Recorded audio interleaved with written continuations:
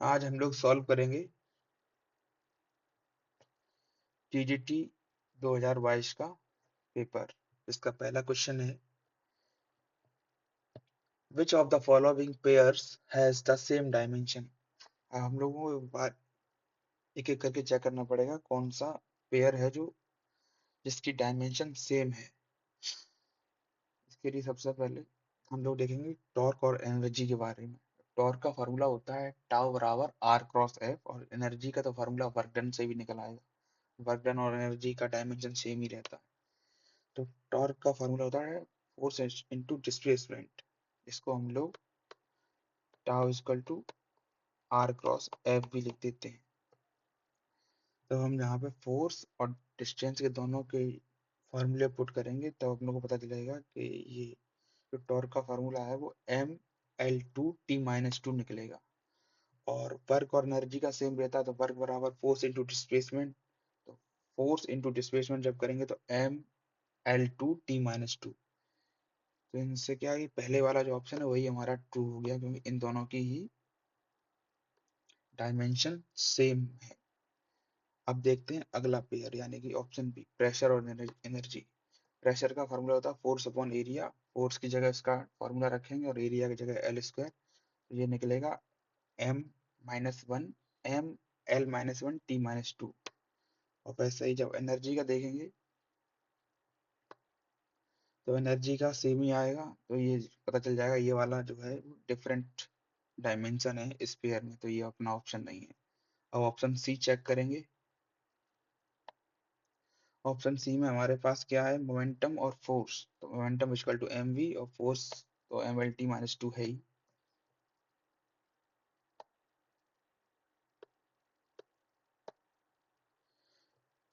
तो उसका देख लेंगे, ये भी डिफरेंट डायमेंशन है। और लास्ट में पावर और एनर्जी का करेंगे। पावर होता है work done per unit time, work done upon time, और एनर्जी का तो फॉर्मूला वर्क डन से है ही। तो ये इसका अलग है तो इसकी भी डायमेंशन डिफरेंट होगी। तो इसका जो ऑप्शन सही हो जाएगा पहले क्वेश्चन का वो हो जाएगा ऑप्शन नंबर ए। अब आइए क्वेश्चन नंबर 2 सॉल्व करते हैं। The dimension formula of surface tension. Surface tension का फॉर्मूला, डायमेंशन फॉर्मूला क्या होता है? तो सरफेस टेंशन का जो फॉर्मूला होता है वो होता है T upon sorry F upon L, यानी force per unit length. Surface tension is defined as a force per unit length. तो S equal to F upon L. तो एफ की जगह MLT-2 रखेंगे और एल तो एल है ही, टाइम लेंथ है। तो इसका जब हम फॉर्मूला पुट करेंगे तो अपने पास कुछ ऐसा आएगा, surface tension force upon length. तो ML2-T तो MT-2 ये आ जाएगा अपना सरफेस टेंशन का डायमेंशन फॉर्मूला। इसके बाद देख लेते हैं surface tension energy per unit time, ये भी होता है, सेम ही चीज है, निकलेगा तो एक ही फार्मूला, बस कहने की बात अलग है। तो डायमेंशन ऑफ प्रेशर और स्ट्रेस ये सेम हो जाता है। डायमेंशन ये बाकी के जो ऑप्शन दिए गए हैं इनको अगर हम लोग देखें तो जो ये है ये हो गया अपना प्रेशर और स्ट्रेस का डायमेंशन जो ऑप्शन सेकंड है। और MLT-1 है तो ये मीटर पर सेकंड हो गया, ये अपना वेलोसिटी विस्कोसिटी का हो गया, sorry mass per unit time हो गया ये। विस्कोसिटी का हो गया, कोफिशिएंट ऑफ विस्कोसिटी का हो गया, और डैम्पिंग कांस्टेंट का हो गया। ठीक है, दूसरा वाला जो दिया गया ऑप्शन अपने को सी। ऑप्शन डी में जो दिया है वो डायमेंशन है एनर्जी, वर्क और टॉर्क का, इनका सबका सेम ही होता है। ठीक है, जो अपना लेकिन इसमें जो ऑप्शन सही होगा वो होगा ऑप्शन नंबर ए।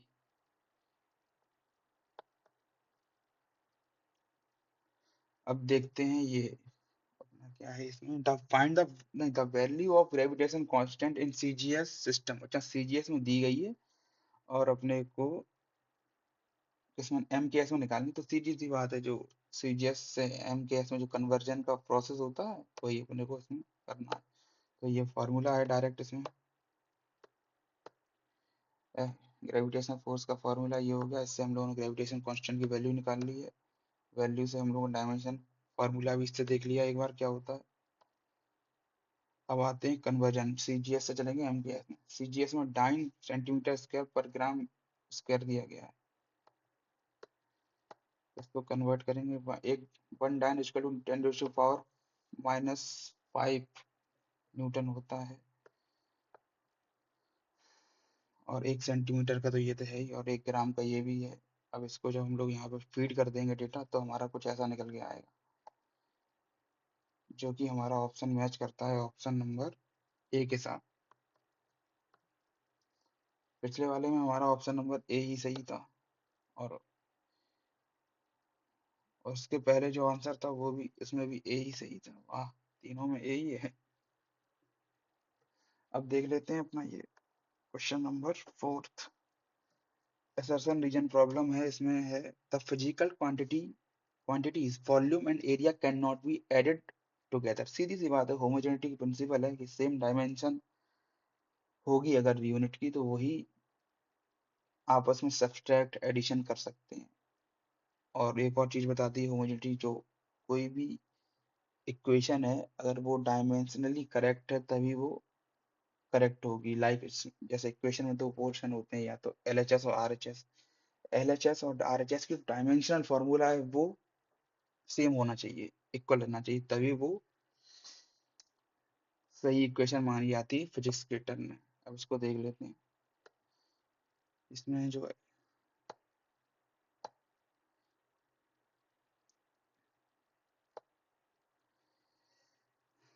डायमेंशनल जो फॉर्मूला है वो वॉल्यूम का एल क्यूब है और एरिया का एल स्क्वायर है। और dimension are different, volume and area can not be added. तो अपना असर्शन तो सही हो गया, ठीक है।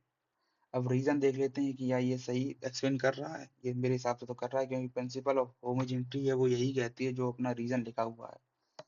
तो इसका जो आंसर होगा वो ऑप्शन ए ही हो जाएगा।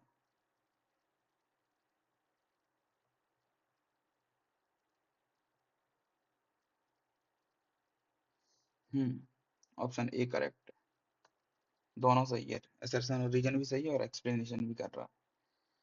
अब देख लेते हैं ये क्या है, क्वेश्चन नंबर 5th शायद।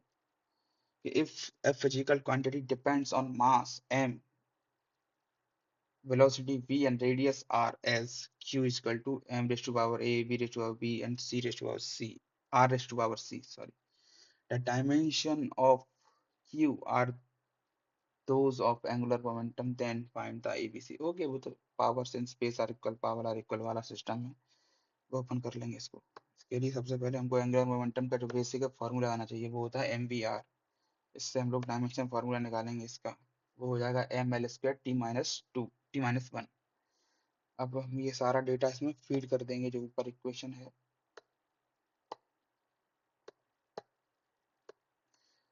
एंगुलर मोमेंटम की जगह एंगुलर मोमेंटम, वेलोसिटी की जगह मास की जगह मास हो गया, वेलोसिटी की जगह वेलोसिटी का फार्मूला हो गया, और लेंथ की जगह लेंथ हो गया, यानी रेडियस हो गई आर। जब इसको हम लोग देखेंगे, जब तो एम रेशियो पावर ए रह जाएगा, L ratio power B plus C हो जाएगा, क्योंकि पावर इधर भी है, एल की बी है, इधर एल प्लस सी है, इधर T ratio power minus B हो जाएगा। फिर हम लोग यहाँ पे इक्वेट करेंगे तो हमको ये सारी वैल्यू मिल जाएगी ए बी सी डी की, ए बी सी की। सिंपल है ये तो। इससे का जो ऑप्शन सही हो जाएगा, A equal to 1, B equal to 1 and C equal to 1, यानी तीनों 1, यानी कि ऑप्शन नंबर बी, बी सही है। अब देखते हैं क्वेश्चन नंबर नेक्स्ट। नेक्स्ट ये तो सिर्फ प्रीफिक्स है, ये तो वैल्यू है, इसको तो याद ही करना पड़ेगा, इसमें क्या एक्सप्रेशन जो है वो याद कर लो।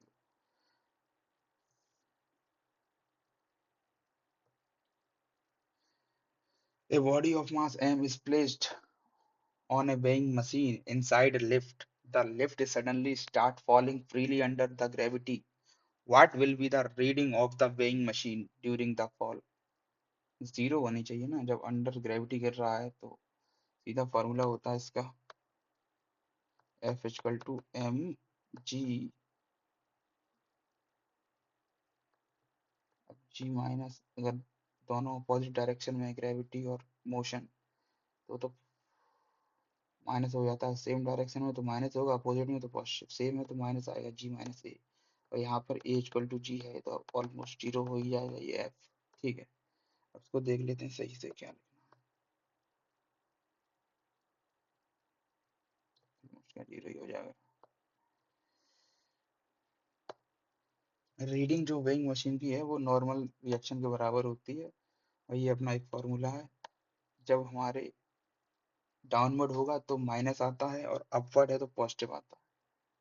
मैं इसको ऐसे याद रखता था, जब मोशन और ग्रेविटी अगर सेम डायरेक्शन में है तो नेगेटिव, और मोशन और ग्रेविटी अपोजिट डायरेक्शन में है तो पॉजिटिव।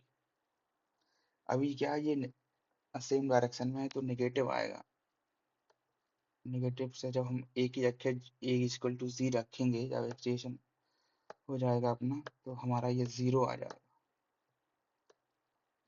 ये हमारी एक्स्ट्रा इन्फॉर्मेशन है, पढ़ना चाहे पढ़ लीजिए, थोड़ा सही रहेगा। ये क्वेश्चन है हमारा, सैटेलाइट इज रिवॉल्विंग, अपना अगला क्वेश्चन यही है। Satellite is revolving around the Earth in a circular orbit of radius r and time period t. It is shifted to another orbit whose radius is 4r. New time period, अरे वो तो ये इसमें formula लगेगा सीधा, Kepler's law, ए cube वाला, या फिर आर क्यूब कर लो। चलो देखते हैं इसका solution.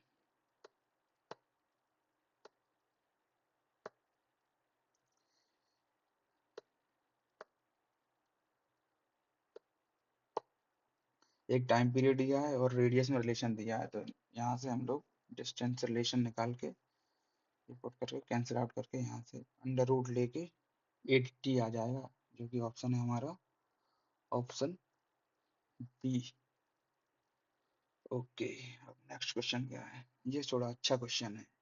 A person moves in such a way that he travels half of the time at a speed, यानी अगर टोटल टाइम 2t है तो इसका जो आधा टाइम है वो इसमें डिस्टेंस चलिए 36 किलोमीटर पर आवर से।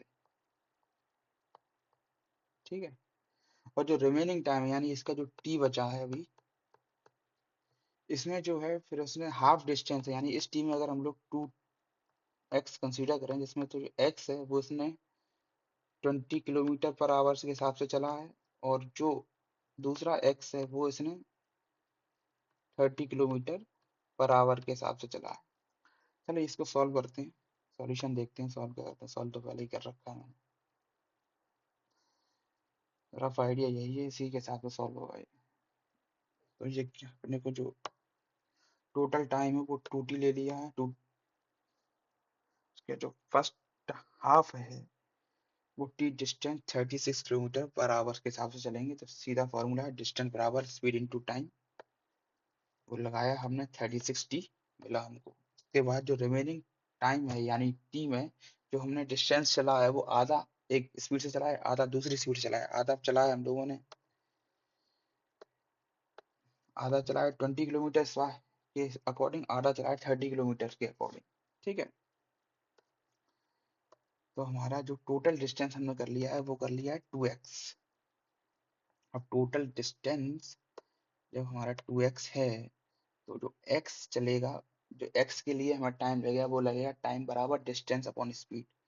डिस्टेंस अपने को गिवन है, x है, स्पीड अपनी जानते हैं 20 है, तो यहाँ से हम लोगों ने टाइम निकाल लिया दोनों का, सेकेंड हाफ और फर्स्ट हाफ का, जो फर्स्ट हाफ डिस्टेंस ट्रेवल करने में लगा। टोटल टाइम हो गया अपना t1 ta और tb के इक्वल टू t। इक्वेशन को थोड़ा सॉल्व करेंगे तो हमारा x इक्वल टू 12t निकल आएगा।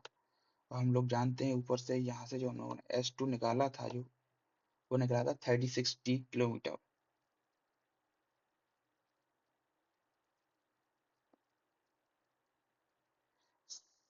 अब हमारा S2 जो निकलेगा वो 2x है, यानी कि 4 यहाँ से रख देंगे, अगर 2x की जगह x की वैल्यू, तो हमारा 12t का 2 टाइम्स हो जाएगा 24t किलोमीटर, और टोटल डिस्टेंस आ जाएगी S1 प्लस S2, और टोटल टाइम आ जाएगा 2t। जब हमको इसको डिवाइड करेंगे तो अपना एक्चुअल एवरेज स्पीड हमको ये मिल जाएगी 30 किलोमीटर पर आवर, और इसका जो ऑप्शन है वो ऑप्शन सही है बी। ओके, और बी एवरेज पूछा था हमसे। अब देखते हैं क्वेश्चन नंबर 6, नेक्स्ट क्वेश्चन जो भी हो क्वेश्चन नंबर, इसमें हम लोगों को एक बेसिकली इक्वेशन निकालनी है पैराबोला या सॉरी इसकी प्रोजेक्टाइल की। तो प्रोजेक्टाइल में तो दो चीजें होती है, एक हॉरिजॉन्टल स्पीड होती है, एक वर्टिकल स्पीड होती है। अगर प्रोजेक्टाइल जा रहा है यहाँ से एंगल बना रहा है तो ये होगी पी नॉट कॉस थीटा, ये हो जाएगी वी नॉट साइन थीटा। तो वी एक्स बराबर हो जाएगा वी नॉट कॉस थीटा और वी वाई बराबर हो जाएगा वी नॉट, अरे x, v naught sine theta. और ए एक्स हो जाएगा 0 और ए वाई हो जाएगा जी, जो कि नीचे लगेगा अगर निगेटिव लेना। चलो अब इसको सॉल्यूशन देखते हैं इसका क्या है।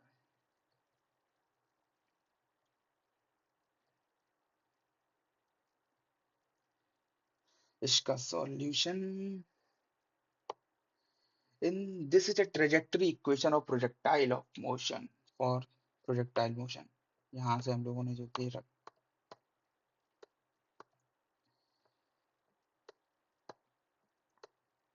इसके लिए हमको जो करना है मेन वो ये है अपना, एक सेकंड रुक जाओ पर इसको हटा ही देते हैं, उसके बाद इसको एक्सप्लेन करते हैं थोड़ा थोड़ा करके, खत्म हो जाएगा। Easy question.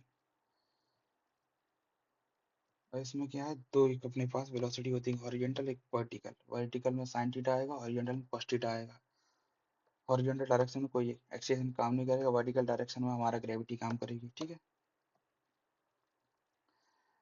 अब हम लोगों को एक्स डायरेक्शन में डिस्टेंस निकालनी, तो डिस्टेंस बराबर स्पीड इंटू टाइम।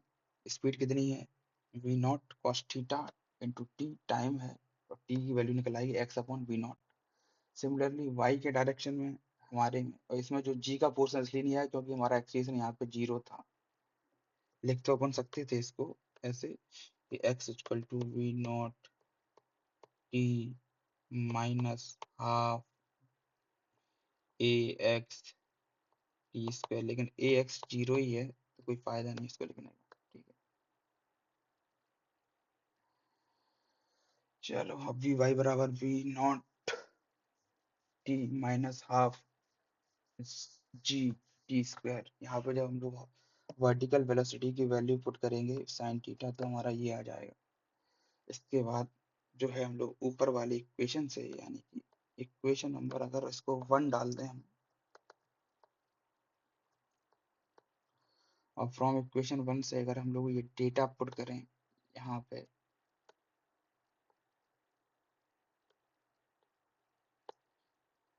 टी में अगर ये सॉरी अगर टी की वैल्यू यहाँ पे पुट करते हैं हम लोग तो हमारी इक्वेशन नेक्स्ट ये हो जाएगी, ओके। और इसके बाद ये sine upon cos tan theta बन जाएगा, और ये तो है ही simple X square upon we not cos square theta हो गया। कॉस स्क्वायर जब पलटेंगे तो सेक स्क्वायर हो जाएगा, और ये हमारी फाइनल इक्वेशन निकल जाएगी। और इसमें जो है स्ट्रेट लाइन का part due to initial velocity है ये, और ये है parabolic drop due to gravity. तो इसका जो हमारा ऑप्शन सही हो जाएगा वो होगा sec square theta upon we not, option B. B, हाँ, ऑप्शन बी सही हो गया। अब देखते हैं a ball throw vertically upward has maximum potential energy. सीधी सी बात है, पोटेंशियल एनर्जी का फॉर्मूला होता है P E equal to M G H. तो potential energy directly proportional to height.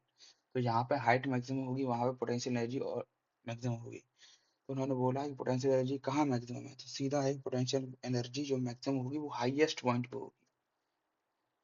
अब इसको सॉल्यूशन है वो अपन देख लेते हैं थोड़ा सिस्टमेटिक वे में लिखा होगा। ग्रेविटेशनल एनर्जी फार्मूला होता है, ग्रेविटेशनल पोटेंशियल एनर्जी का जो फार्मूला है वो mgh है। Potential energy directly proportional to height है। When ball is thrown upward, ground level पे हाइट 0 है तो पोटेंशियल एनर्जी मिनिमम रहेगी, ठीक है। और मिडवे में h अपॉन 2 है तो आधी रहेगी, और हाईएस्ट पॉइंट पे h मैक्सिमम है तो पोटेंशियल एनर्जी मैक्सिमम रहेगी। At that point velocity is equal to 0 so that the kinetic energy has converted to potential energy. Main line तो यही है।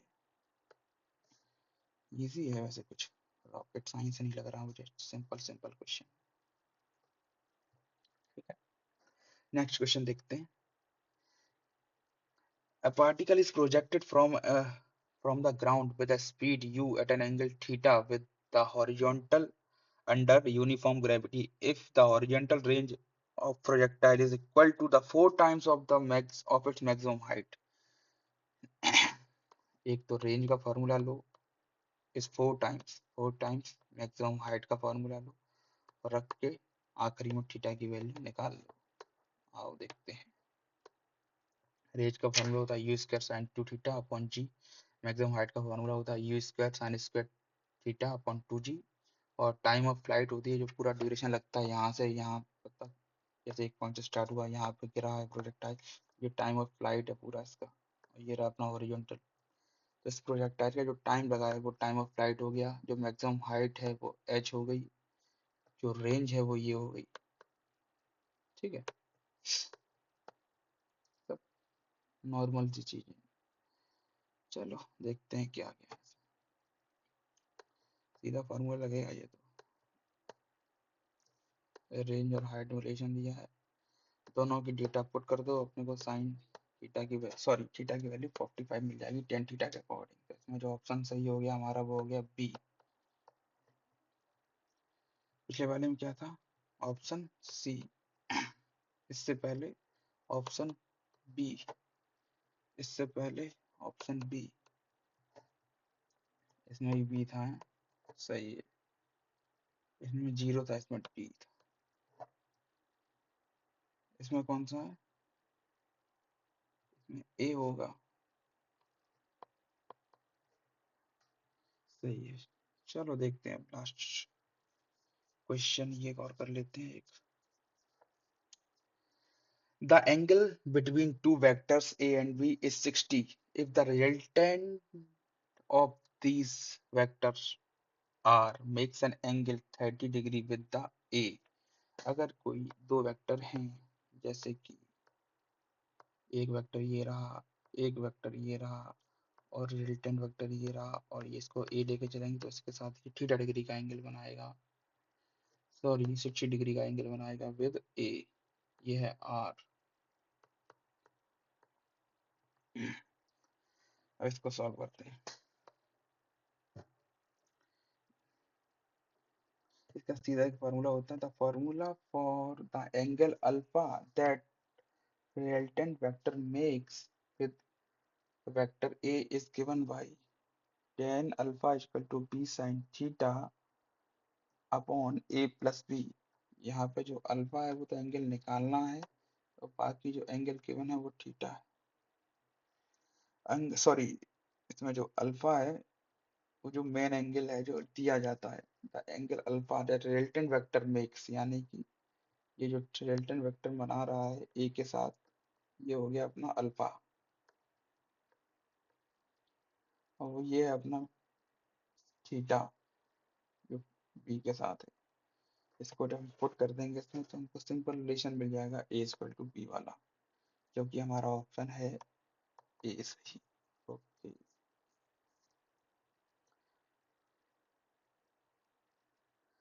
a swimmer can swim with a speed of 4 meter per second in still water. The river flow with speed 3 meter per second. What will be the minimum time required to cross a wide river? River की width दी गई है। Okay, ये simple ही है, इसको तो समझ सकते हैं वैसे ही, देख लेना सॉल्यूशन कर दिया मैंने, इजी है।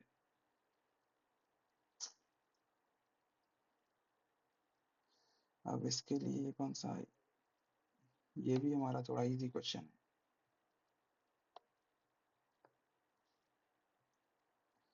यहाँ पे planet has a same density as earth, यानी कि मास की डेंसिटी, सॉरी प्लेनेट की डेंसिटी और अर्थ की डेंसिटी सेम है, but it's radius is twice.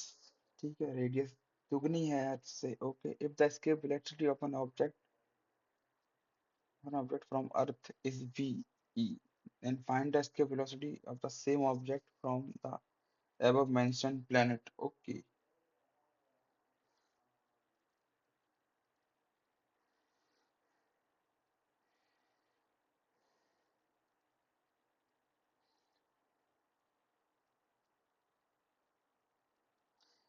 Total energy at the surface for escape. But kinetic energy और potential energy जीरो होनी चाहिए. जीरो के लिए हमने रख दिया. कल हो गया, ये हमारी वैल्यू आ गई, ये अंडर रूट टू है.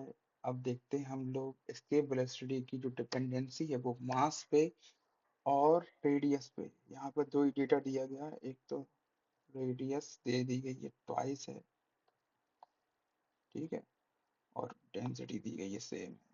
डेंसिटी और मास पे देख लेते हैं डिपेंडेंसी किसकी, escape velocity की. इसके अंदर ये है. अब डिस्टेंस से तो ये डिपेंड करता है इनवर ऐसे, लेकिन ये ऐसे नहीं होगा. इस पे क्या है, हम लोगों को मास बराबर वॉल्यूम इंटू डेंसिटी लगाना पड़ेगा. तो इसमें आर क्यूब जब आएगा इसके अंदर, आर क्यूब अपॉन आर, इसका आर से आर कटेगा, जब आर स्क्वायर होगा, फिर आर स्क्वायर जब अंडर रूट से बाहर निकालेंगे तो आर बचेगा. और डेंसिटी, तो डेंसिटी अंडर रूट में रहेगी ही रहेगी, ठीक है. कुल मिला के मास बराबर वॉल्यूम इंटू डेंसिटी जब लगाएंगे तो हम लोग ये एक रिलेशन पाएंगे. उसको हम लोग अपने हिसाब से यूज कर लेंगे. ये डेंसिटी सेम है लेकिन रेडियस सेम है नहीं. अब इसके velocity four time, radius four two times हुई है, फोर टाइम्स हुई है, ट्वाइस हुई है, टू टाइम्स हुई है, तो ऑब्वियस सी बात है इसके वेलोसिटी भी टू टाइम्स हो जाएगी. तो ये हमारा आंसर आ जाएगा सी.